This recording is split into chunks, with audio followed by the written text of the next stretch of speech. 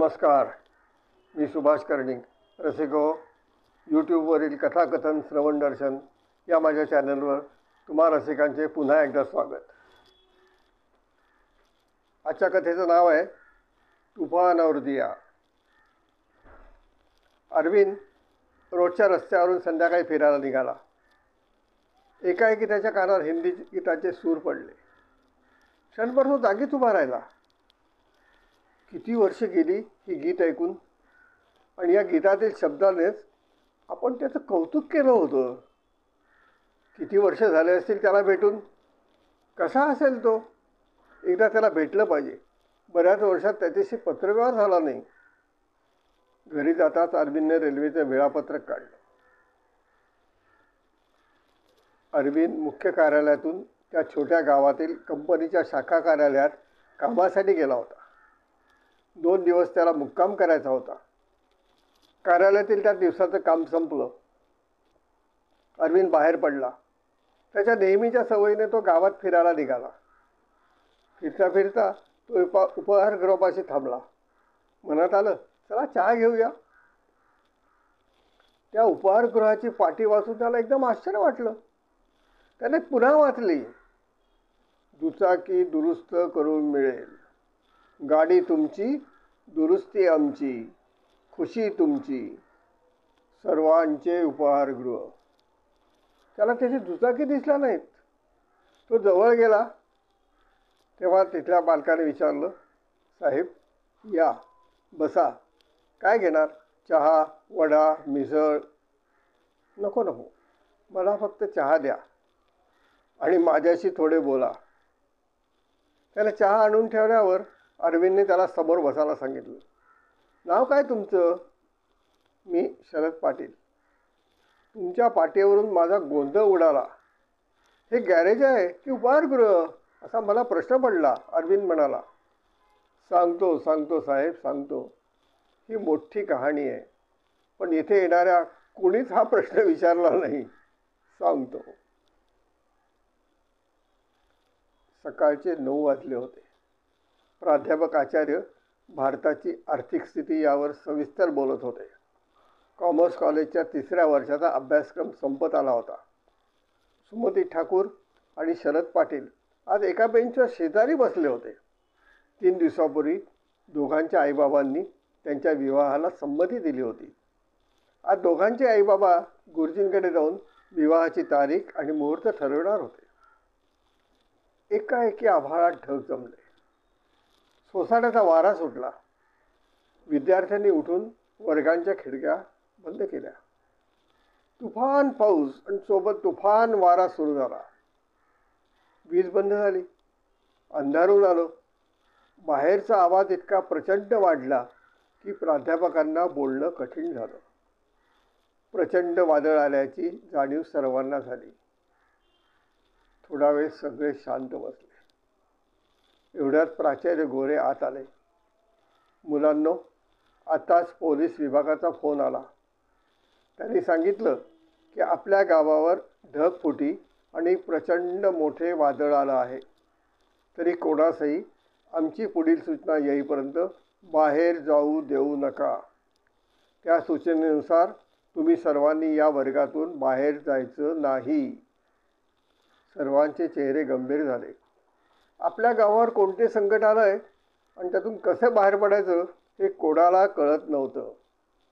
सुमतीने घाबरून शरदचा हात घट्ट पकडला. शरदने तिचा हात थोपटत तिला धीर द्यायचा प्रयत्न केला, पण तोही मनातून घाबरला होता. बराच वेळ गेला. वाऱ्याचा जोर खूप कमी झाल्याचं सर्वांना जाणवलं. पाऊसही थांबला, पण आचार्य सर कोणालाही वर्गाच्या बाहेर जाऊ देत नव्हते. दुपारचा 1 वाजला. तेवढ्यात उपप्राचार्य वाडेकर वर्गात आले. मुलांनो, तुम्हाला सकाळपासून एका जागी बसावं लागलं आहे.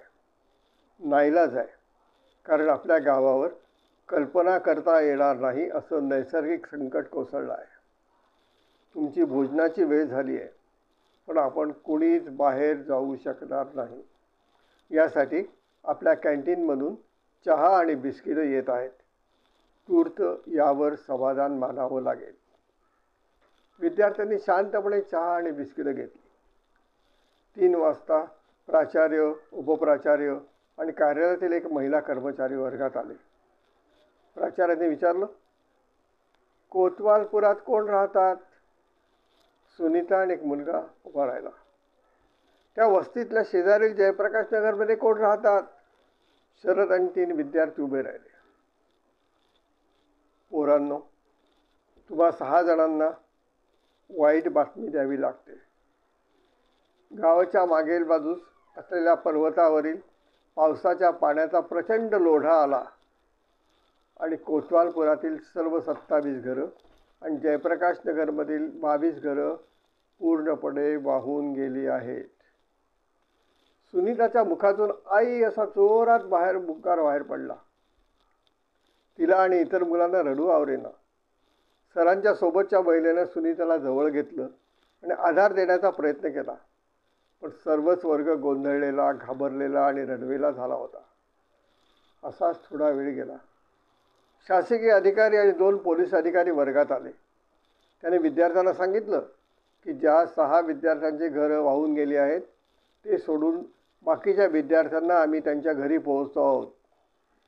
6 विद्यार्थ्यांनी येथेच थांबावं.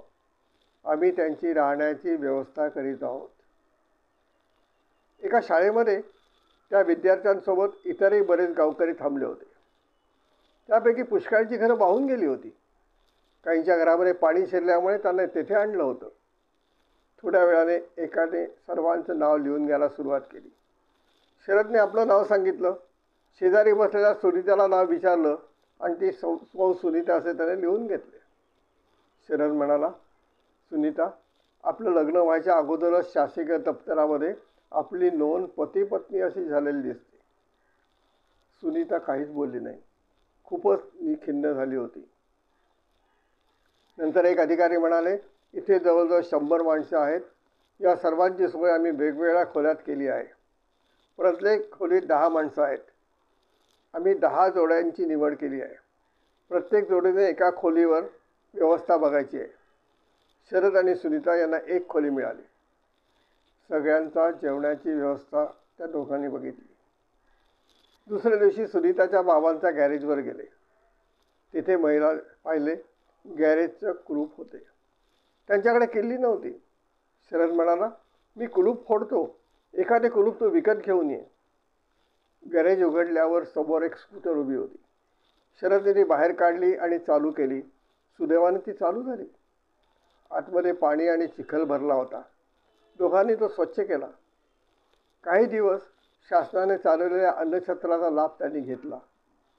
शासनातर्फे त्यांना थोडी भांडी, स्टोव, चादरी, धान्य अशा काही जीवनावश्यक गोष्टी मिळाल्या. त्यांनी विचार केला की मिळालेल्या मदतीमुळे ते काही दिवस काढू शकतील. पण पुढे काय? पुढे काय? शरद म्हणाला, सुनीता, आपल्यासमोर एक मोठी समस्या उभी राहिली आहे. आपण दोघांनी मिळून या समस्येला तोंड दिलं पाहिजे. दोघांनी त्यावर खूप विचार केला आणि ठरवलं की उत्पन्नाचं साधन शोधलं पाहिजे. मग विचार करून त्याने एक छोटंसं चहाचं हॉटेल सुरू केलं. सुनीता चहा करायची आणि शरद ग्राहकांना चहा द्यायचा. त्यासाठी त्यांना शासकीय मदत मिळाली होती. त्या पैशाचा उपयोग झाला. त्यांचा संसार गॅरेजमध्ये सुरू झाला. गावातील लोकांनी त्या दोघांचं कौतुक वाटलं की एवढी दुर्दैवी परिस्थिती येऊ नये. ही दोघंही धडपड करत आयुष्य उभे करीत आहेत. दोघांनी आपल्या पदार्थाचा दर्जा चांगला ठेवण्याची कायम धडपड केली. त्याचा परिणाम असा झाला की त्यांच्या उपहारगृहाला लोकाश्रय मिळाला. शरद म्हणाला, साहेब, इथे पूर्वी माझ्या सासऱ्यांचे गॅरेज होते. त्यांच्या स्मरणार्थ ती पाटी तशीच ठेवली आहे. शरद हे सांगत असताना सुनीता शेजारी येऊन उभी राहिली. शरद, तुमची आणि या वहिनीची कौतुकास्पद कामगिरी आहे. एवढं मोठं तुफान आलं. घरदार, माता, पिता सारे त्या तुफानानं ओढून नेले. पण तुम्ही एकमेकाची साथ पक्की धरली आणि तुफानानं निर्माण केलेल्या संकटावर मात केली. अभिनंदन, अभिनंदन. शरद, मला या क्षणी एका खूप जुन्या सिनेमाची आठवण होते. त्या सिनेमाचं नाव होतं तुफान और दिया. मला ते गीत अजून आठवतं. एक दूर था तूफान, एक दिया था लहान, अंधियारी में ज्योत जलाते जल रहा. तसेच तुम्ही उभयता.